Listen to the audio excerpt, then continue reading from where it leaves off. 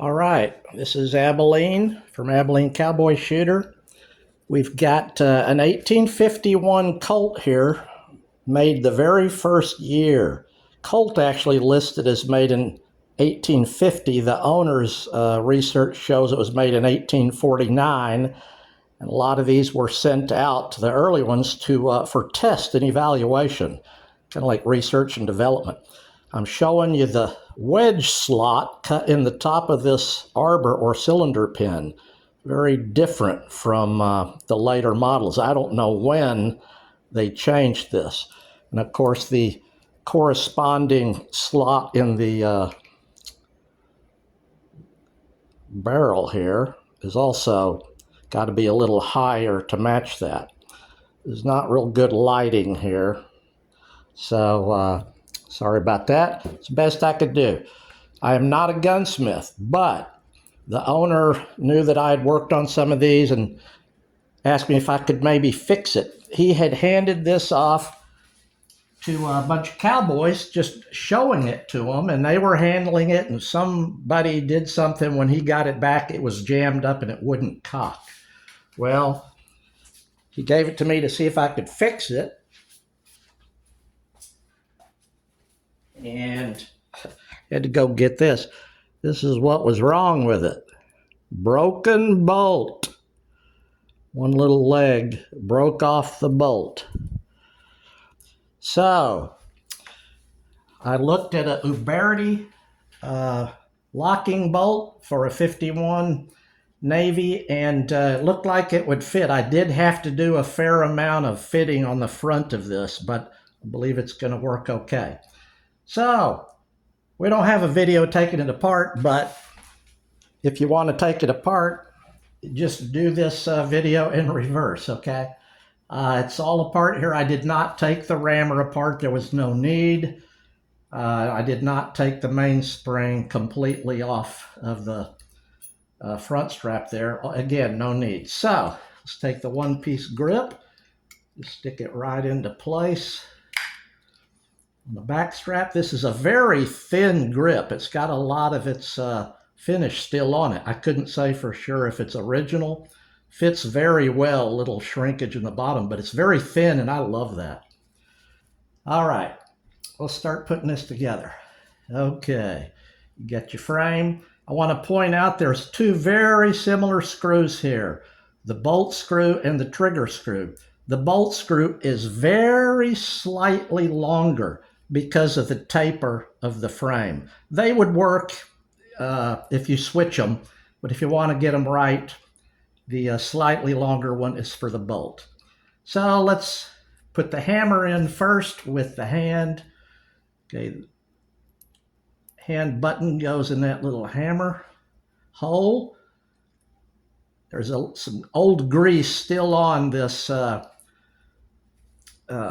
this hand here, and I don't want to take it off. It has done its job. Hand goes up this little slot right here into the hand channel. Look in this hole, and when you see the hole for the hammer line up, take the hammer screw and insert it. Just finger tighten that for now. All right, next let's put this remade new bolt in. I always find it easiest to put the bolt in if the hammer is pulled back into the full cock position. Stick the legs down into this little opening.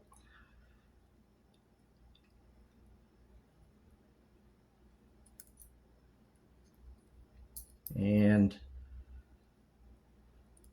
push the head of it through the little hole in the frame the head goes through. Then we'll take the screw. This goes in the front screw hole. Insert it through the hole in the bolt, and there you go. Bolt is in place. I'm only gonna finger snug all these screws that are on the outside. We'll tighten them up later. All right, next comes the trigger. Trigger goes right next to the bolt. It doesn't go in that one, it goes in this way.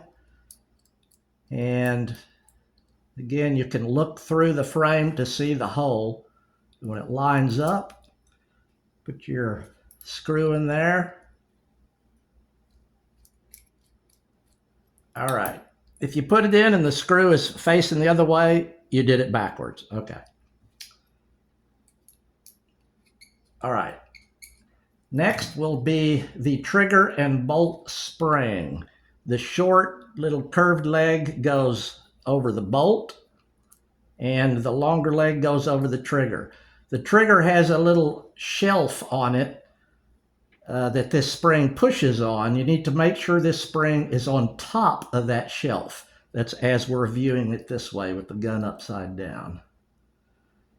Sometimes that leg of that spring can get under the shelf on the trigger, and you'll notice when you put it together, things ain't working right. All right, put this little screw in.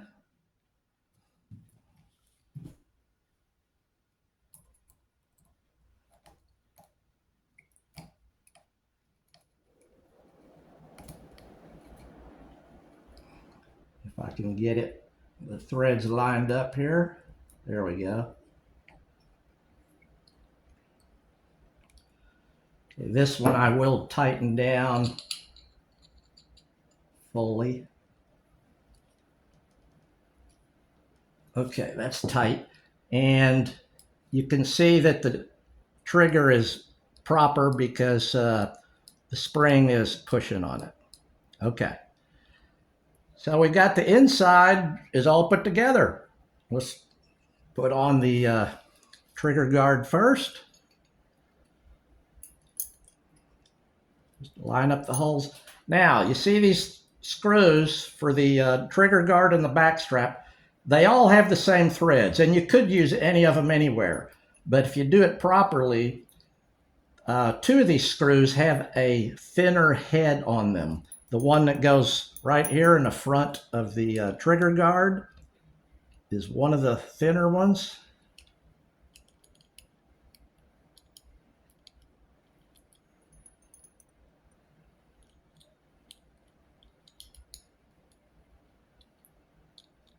If I can get that lined up.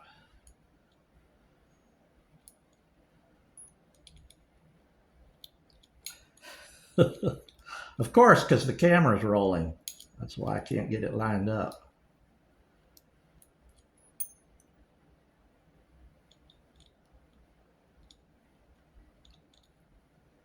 Now, if I had an assistant, I'd say, pause that camera for a second. All right, let me go ahead and get a back one in first. These are usually very easy. Just make sure you got them in the right place.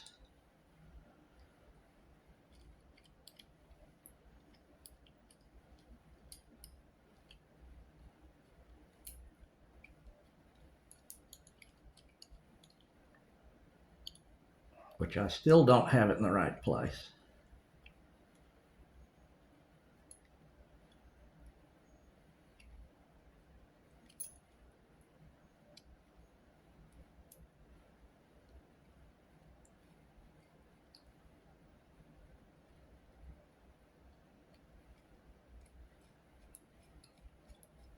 Okay, try long enough, you get it in there.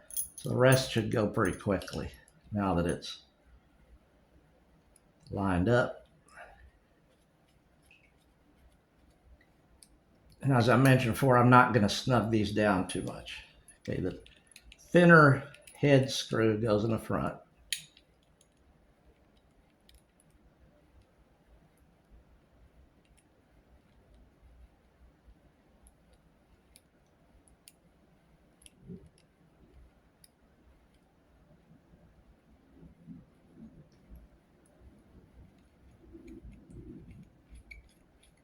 Okay. Now then, the end of the hammer spring, pull the trigger to let the hammer forward. The end of the hammer spring goes underneath the roller, the back of the hammer.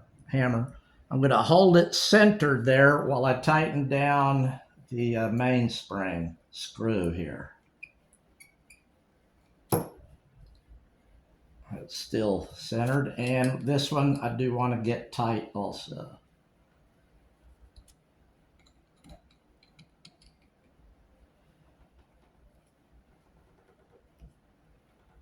Okay, that's tight.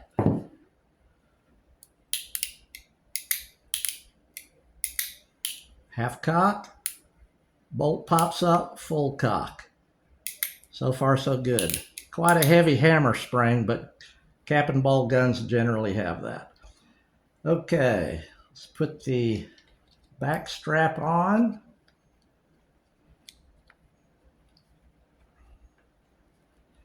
And again, the one with the small head goes in the butt.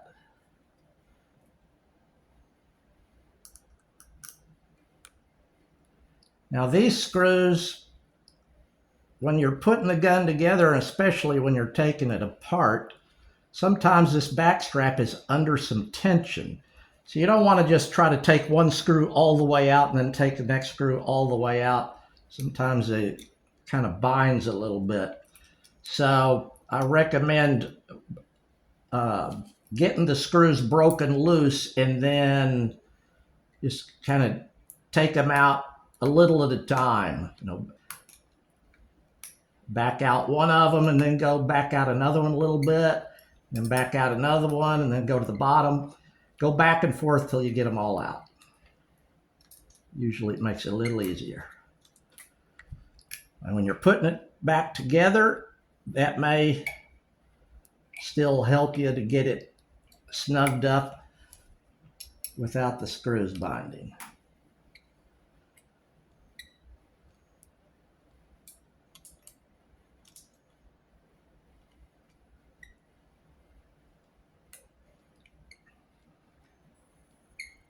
Okay, there we go. Now then, let's put the cylinder on. You always want to go to half cock when you put the cylinder on or off, because it drops the bolt head down and keeps you from scratching the cylinder.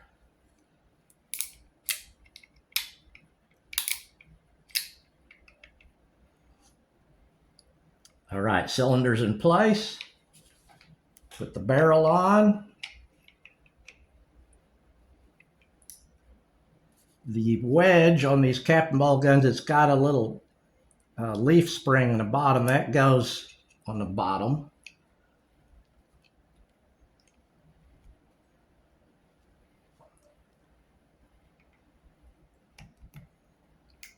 Okay, get the wedge through.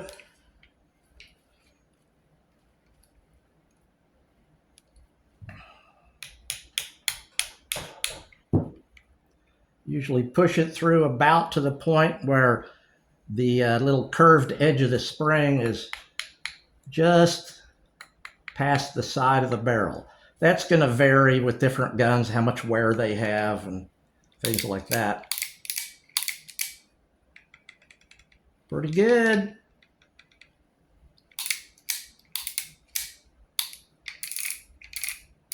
The handspring is pretty wimpy on this. It's not providing a lot of braking action. But this gun will probably never get shot again. I believe it is shootable, but it will probably never get shot, and that's fine. All right, we're back in action. 1851 Navy, serial number in the 1100 range, made according to Colt in 1850, and according to the owner, actually made in 1849. What a piece of history. The silver grip frame is in extremely good shape. All right, that's it. Thank you very much.